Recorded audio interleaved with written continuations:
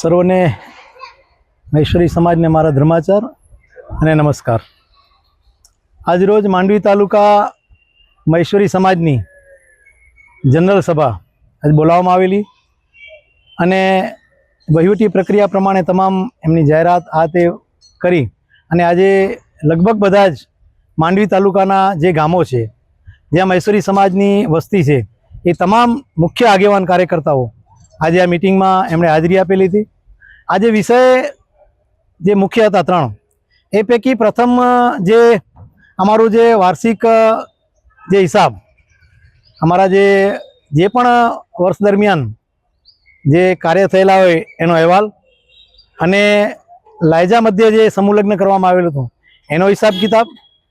એ વિષય એક મુખ્ય હતો। એના સિવાય બીજા વિષય તરીકે આગામી સમયમાં અગાઉ જે રીતે નક્કી થયેલું છે એ પ્રમાણે માંડવી તાલુકા મહેશ્વરી સમાજ દ્વારા સમૂહ લગ્નનું આયોજન કરવું એ પણ વિષય હતો। અને એના અનુસંધાને અમારા મહેશ્વરી સમાજની વર્ષો જૂની જે પરંપરા છે, અમારી જેને ગોકળિયા લગ્ન કહીએ છીએ અમે, એ ગોકળિયા લગ્નમાં ગોર ખુડા ઉપર અમારી બહેનો જે ગોરના ખુડાના વ્રત કરે, ગૌરી વ્રત કરે છે, ત્યાં એકમ બીજને ત્રીજ એમાં અમારા વણ પૂછ્યા મુહૂર્ત હોય છે। અમારે એમાં કોઈ મુહૂર્ત પૂછાવવાની જરૂર નથી પડતી। તો એ રીતે તારીખ 29/8 અને 30/8 એ પ્રમાણે માંડવી તાલુકા મહેશ્વરી સમાજ દ્વારા આજે સમૂહ લગ્નની જાહેરાત કરવામાં આવી હતી। વિશેષમાં જે માંડવી તાલુકા મહેશ્વરી સમાજ દ્વારા જે દસોન પ્રથા જે અમલી બનાવી છે એ ક્યાંક ને ક્યાંક થોડી મંદ પડી ગઈ હતી। એને ફરી પાછી એને ગતિ આપવા માટેનો ઠરાવ થયો અને ગામોગામ આખી ટીમ એ જે કાર્ય છે જેના દ્વારા સમાજનો ઉદ્ધાર થઈ શકે, દસોંત એટલે માત્ર 1 રૂપિયો એક જણાનો રોજનો, એ પ્રકારની અમે દસોંત પેટીઓ બધી જગ્યાએ પહોંચાડી દીધી છે। પણ થોડીક જે અત્યારે નિષ્ક્રિયતા હતી એના કારણે અત્યારે જે આ દસોંતની થોડીક ગતિ મંદ થઈ છે એને પુનઃજીવિત કરવા માટે, એને પુનઃ કાર્યાન્વિત કરવા માટેનો પણ આજે સર્વાનુમતે ઠરાવ થયો છે। આપનો જે પ્રશ્ન છે કે આગામી જે માંડવી તાલુકાના દેવપર ગામે જે સમૂહ લગ્ન યોજાવાના છે, તો જે આયોજક મિત્ર છે એ પણ માંડવી તાલુકાના જ છે, એ દેવપર ગામના સરપંચ છે